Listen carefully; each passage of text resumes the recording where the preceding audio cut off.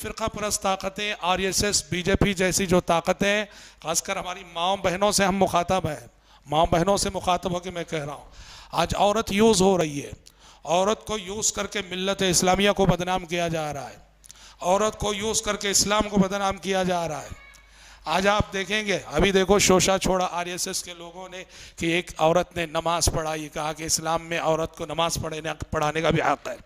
کون تھی وہ؟ مرتد عورت تھی مسلمان کبھی، اسلام چھوڑ کے کرسچن ہوئی، کرسچانٹی سے پھر RSS والوں نے اسے ہیجیک کیا اور اس کو کھڑا کے جو ہے نماز پڑھا کے کہتے ہیں کہ یہ عورت ہے مسلمان جو مطالبہ کر رہی ہے کہ مرد کے برابر مجھے بھی امامت کا حق دو۔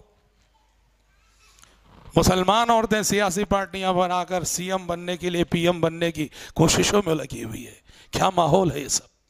کہاں جا رہی ہے عورت؟ عورت کو اللہ نے دنیا میں CM PM بننے کے لیے نہیں بھیجا ہے، ماں بننے کے لیے بھیجا ہے، مثالی بیوی بننے کے لیے بھیجا ہے۔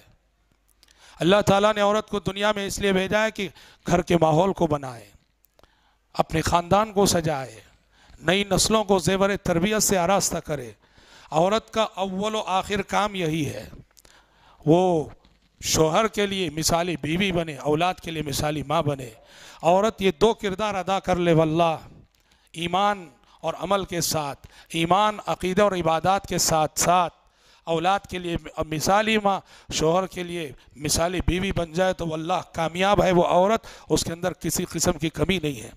آج ضرورت ہے اس چیز کو سمجھنے کی۔ میڈیا جیسے ہم نے کہا اور سیاست باقاعدہ عورت کو یوز کر رہی ہے اور خواتین کو کنفیوز کرنے کی بڑی کوششیں ہو رہی ہیں، نسأل اللہ السلامۃ والعافیہ۔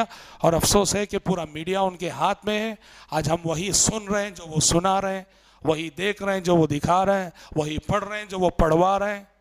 تو صحیح جو میسیج ہے، صحیح جو پیغام ہے اور اسلامی تعلیمات کی جو صحیح شکل ہے وہ آج لوگوں تک نہیں پہنچ پا رہی ہے۔